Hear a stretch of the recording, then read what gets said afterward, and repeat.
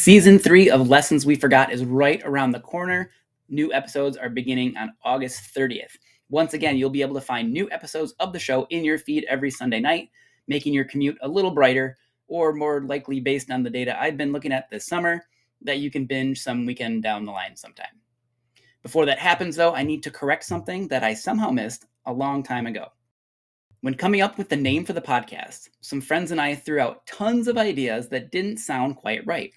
We got closer and closer to Lessons We Forgot over a few brainstorming sessions around a campfire until it eventually clicked into place. We all thought the name made sense, but talking to people now who didn't go down that naming rabbit hole with us, it isn't quite as obvious as I thought it would be. This came to my attention last year while talking to a friend at lunch. He was commenting on an email that I sent out earlier that day. These are the ones that I use to invite everyone out after school on Fridays, but that also contain the messages that eventually become the podcast episodes that you're listening to right now. In fact, you'll hear the email/podcast episode that we were discussing a little later in the season. Anyway, he was telling me that he had heard that same message before, but he was glad to hear it again because it was so easy to forget, but really important nonetheless. My response was, so it was a lesson we forgot? The look on his face. Well, that said everything. You could see the connections he was making happening in real time. That's what the name of the podcast means, he finally said.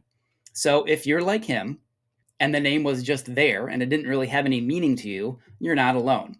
But I hope that clears things up for you at least a little bit.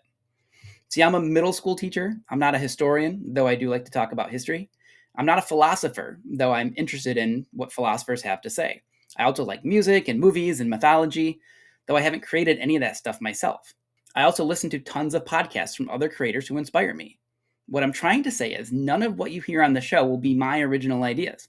Instead, I hear things that I think are really important and that I want to remind myself of, and then I share those things with you. Because I'm a teacher, I see things through the lens of a teacher and school and my students. But from other people tell me, a lot of the lessons you hear on the show apply just as much outside of the classrooms.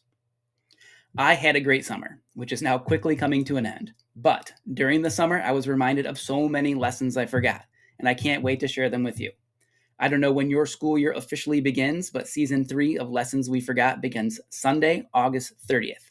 I would be so grateful if you made it part of your Monday morning routine, or if you just check in on the show every once in a while to see what you've been missing.